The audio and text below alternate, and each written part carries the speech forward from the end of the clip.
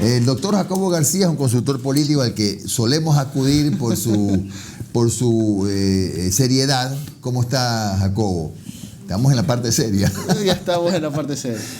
Ya el mapa político comienza a tomar forma, ¿no? Por ejemplo, ya vimos que contra muchos pronósticos a Yacu Pérez ya lo inscribieron ayer. El siguiente paso será pues ya en el contencioso, difícilmente pase algo en camino.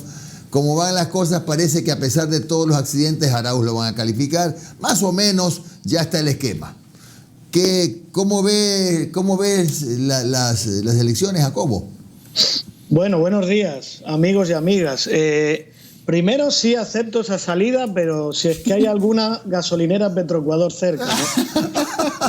Eso siempre es importante, ¿ya? Esa relación tóxica, sí. Sí, yo en Booking, cada vez que en Booking busco un hotel, busco que sea cerca una gasolinera, ¿no? Entonces, bueno, más allá de la broma, un gusto de volver a verlos y estar aquí con ustedes, ¿no? Bueno, ¿cómo veo el panorama? Pues fíjate, Jimmy, yo estaba revisando ahora la última entrevista, que fue como hace un mes y medio, más o menos, y creo que nos sirve el mismo titular y nos sirve más o menos el mismo enfoque. Es decir, veo una elección todavía no construida, muy alejada de lo que es el sentir de la ciudadanía con los temas coyunturales relacionados con lo electoral. Y por lo tanto diría que no se ha movido todo mucho. Sigo viendo estos grupos que estarían en el pelotón de cabeza, ¿no? Que son, como hemos hablado, desde el propio Arauz hasta Lasso, hasta la candidatura de Yacu, que yo creo que tiene ahí unas condiciones en las que puede crecer y ser bastante competitiva. Luego hay un grupo que todavía no vemos, ¿no? Que puede estar ahí escalando, puede estar trabajando ya diferentes cosas que no vemos o que tiene unas condiciones que le puede hacer crecer. Y luego están pues los insignificantes, con todo mi respeto, ¿no? Que serán estos candidatos que se quedarán ahí en porcentajes marginales. Entonces, a partir de aquí, si quieren, desarrollamos, pero te diría que no ha cambiado la cosa mucho, ¿no? Ahora, seguramente, Jacobo, entre otras cosas, es porque parece mentira, pero habiendo tantos temas de tanta importancia para el país en esta especie de pospandemia, todavía estamos hablando de las inscripciones, que lo cuestionaron al uno, que no lo escribieron al otro, que no pudo calificar el uno, que lo batearon al tribunal contencioso. Es increíble, tenemos mes y medio todavía hablando de lo mismo y todavía, espera, Jacobo, nos falta un mes seguramente para seguir hablando de lo mismo. Y aquí ahora hablamos de la construcción del país que queremos. Absolutamente, coincido contigo. Esto a mí me parece una locura. Yo cuando hablo con mis amigos, no solo de España, ¿no? De otros países de América Latina, o sea, son cosas que no lo entienden, no pueden entender cómo se manejen los timing, digamos, de inscripción de candidaturas de esta forma y cómo un país tan chiquito, finalmente la discusión política está tan concentrada en esos temas y está dejando de lado la realidad que vemos. Yo les saludo hoy desde Esmeraldas, desde la provincia de Esmeraldas, y no se imaginan la realidad que se vive aquí. O sea, la gente está viviendo una angustia, sin ingresos, sin empleo, sin trabajo, totalmente abandonados por el Estado, por las obras, por la inversión pública, sin liderazgo, sin instituciones. Y lo que vemos en la discusión política es ahora esta fama que han cogido los abogados constitucionalistas, ¿no? Que, por cierto, permítanme el último chiste que voy a hacer, ¿no? Me ven estos pelos porque aquí no hay peluqueros especializados en abogados constitucionalistas. Ya dentro de unos días me haré un nuevo peinado, ¿no? Pero bueno, más allá de la broma. Exacto. No, el terno tampoco, como ves aquí. Llevo un atuendo de atacames, ¿no? Especial. Entonces, colegas, esa es la realidad. Entonces, es normal que no se muevan las cifras, los ánimos y que no estemos todavía en una etapa ya calentada, precocinada, de campaña electoral. Más bien estamos en esta fase todavía de construcción y de alejamiento con la ciudadanía, ¿no? Jacobo, ¿cuán desconectados están todavía las campañas electorales? ¿Tú crees que verdaderamente en estos momentos estás en Atacames, verdad? ¿Tú crees que a la persona que te están atendiendo en Atacames o con quien has saludado a Atacames le importa en qué carro llegó Lasso a inscribirse o en qué carro se está movilizando Arauz o un número de cédula cambiado. O un número de cédula, o el tema que los parlamentarios andinos de Creo todavía no están inscritos. ¿No están desconectados realmente los movimientos de las verdaderas necesidades del país? Pero absolutamente. O sea, y te diría, no es que no les importe, es que no tienen la menor idea. Mira, yo te voy a poner un ejemplo. Yo estuve ahora hace poco en una zona un poco más profunda. Todavía hay gente que cree que la lista de Rafael Correa es la lista 35, ¿ya? Y aquí estamos hablando que si el reglamento, que si el artículo, cosa que la gente está en otra, no está conectada a estas discusiones líquidas, políticas, entre autoridades, entre instituciones, entre expertos, porque no hablan de los temas que a ellos les importa y no ven que esto resuelva sus problemas, que aquí viene otro problema, ¿no?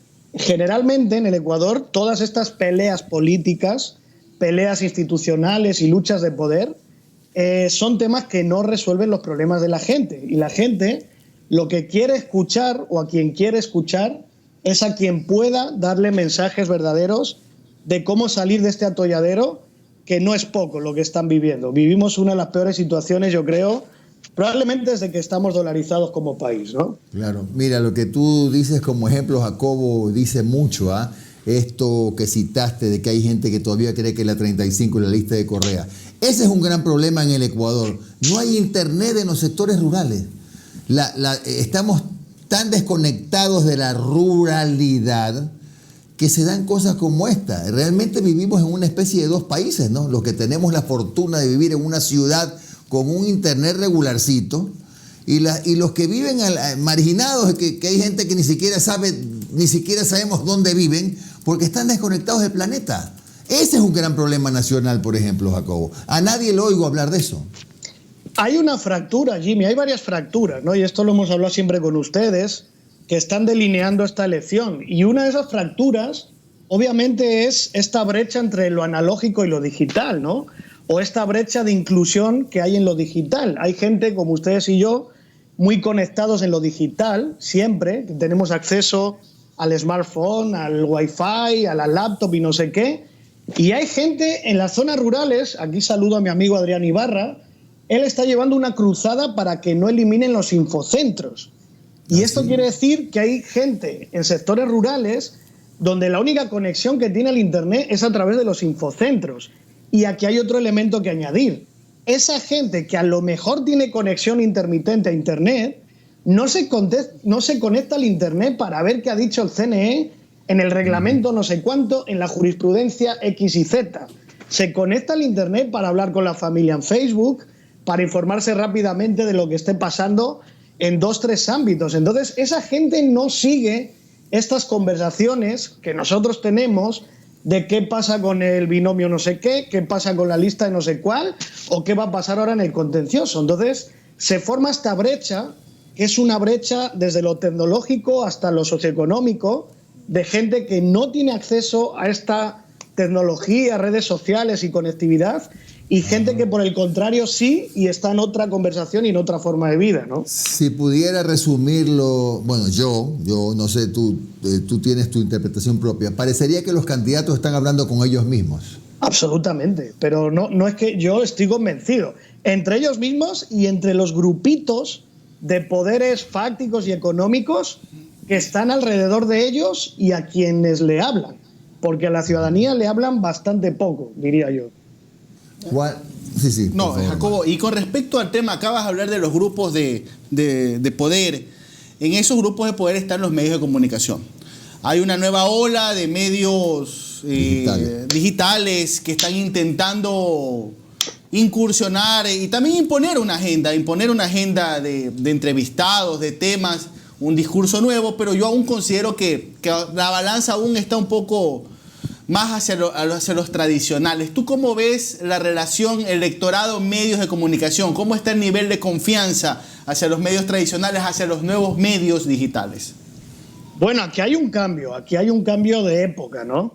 Aquí esta fractura que hablábamos de lo analógico y lo digital, creo que se está haciendo más presente que nunca, y al igual que hay esta brecha todavía de gente no conectada con gente conectada, lo que vemos es que a día de hoy las redes sociales con el amplio concepto que esto significa, es una fuente de información que ya aparece en muchos lugares como la primera fuente o la segunda, muy cerca a la televisión, o dentro de esta información múltiple aparece tan importante como la televisión. Y esto es inédito en Ecuador, esto no sucedía hace 10 o 5 años siquiera, ¿no? Y esto, cuando hablo de que se informan o que usan las redes sociales para informarse, esto tiene muchos caminos de llegada, ¿no?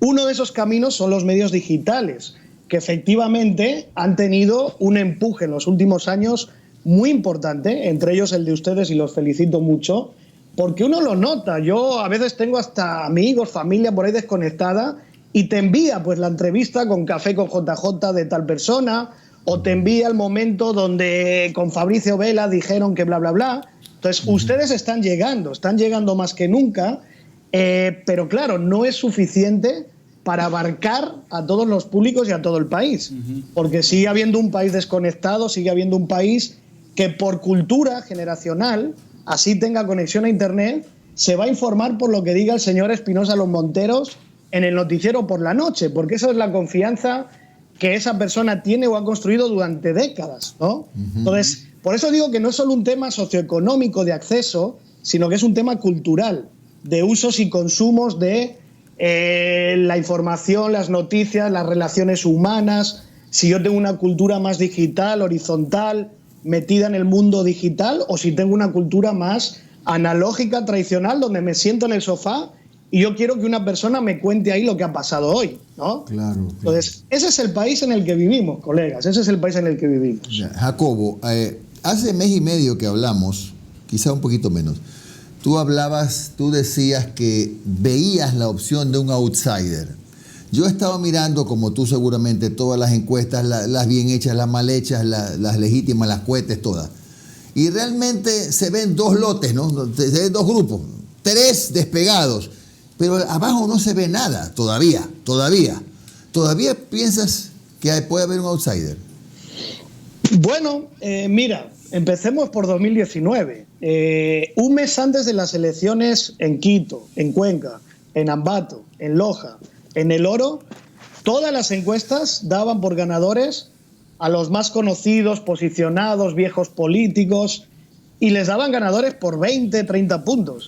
En un mes, en Cuenca tuviste de alcalde a un absoluto desconocido, en Quito tuviste la sorpresa de Jorge Yunda, en Ambato tuviste a Javier Altamirano, que ganó nada más y nada menos que a Luis Fernando Torres, en El Oro desterraron a una dinastía tradicional como los Montgomery, de 30 años de poder en la provincia.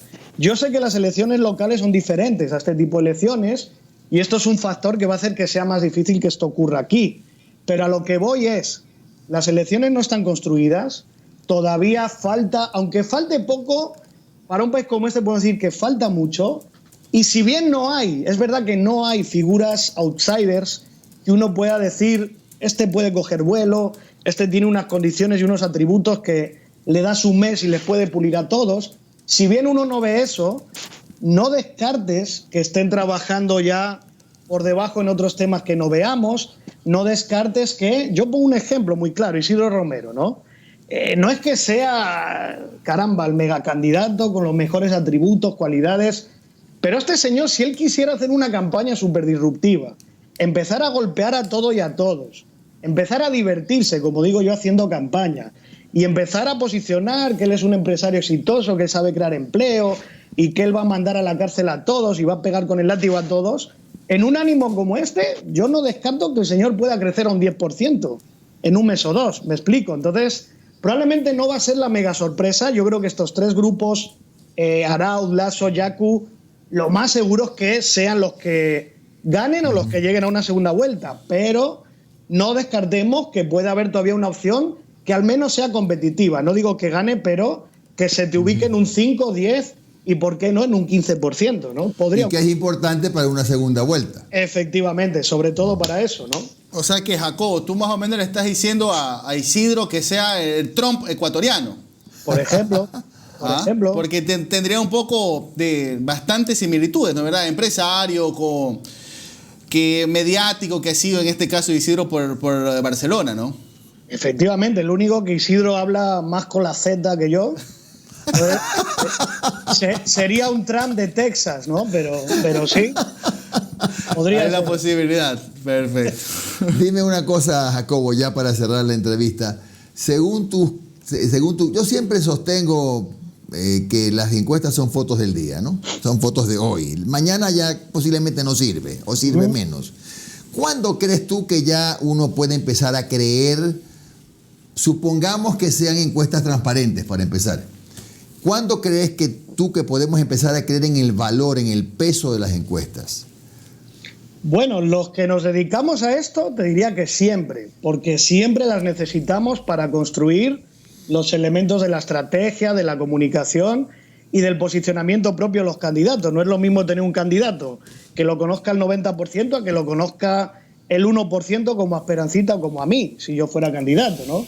Entonces, ahí la estrategia es diferente. Entonces, a lo que voy es que a mí me sirven siempre, pero a la opinión pública, para llegar a conclusiones de quiénes son más fuertes o menos fuertes, yo diría que ya mismo sirven, porque como hemos hablado aquí en este rato, ya tenemos un mapa que por mucho que puede ir cambiando, es permanente y estructural, que es este mapa de estamos en una elección fragmentada y no construida aún, donde hay tres fuerzas importantes, que si no hay muchos altibajos, esas tres fuerzas deberían seguir siendo importantes hasta febrero, ¿ok?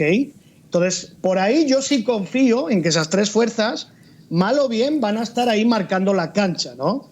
Ahora, ¿eso hasta dónde nos marca o nos permite concluir que es suficiente para tener conclusiones sólidas? Pues yo diría, Jimmy, que hasta febrero, no te diría que el próximo mes, ni el siguiente, ni diciembre, ni enero. Hasta febrero, hasta una semana antes de las elecciones, no vas a tener la foto al 80 o 90% construida, ¿no? No vas a tener la vacuna contra el COVID, que ha pasado ya la tercera etapa, que está ya en construcción, en distribución y que va a llegar mañana al puerto y que dentro de 2 días la puedes inyectar a la gente. O sea, eso no va a ocurrir hasta 1 o 2 semanas antes de febrero, querido Jimmy.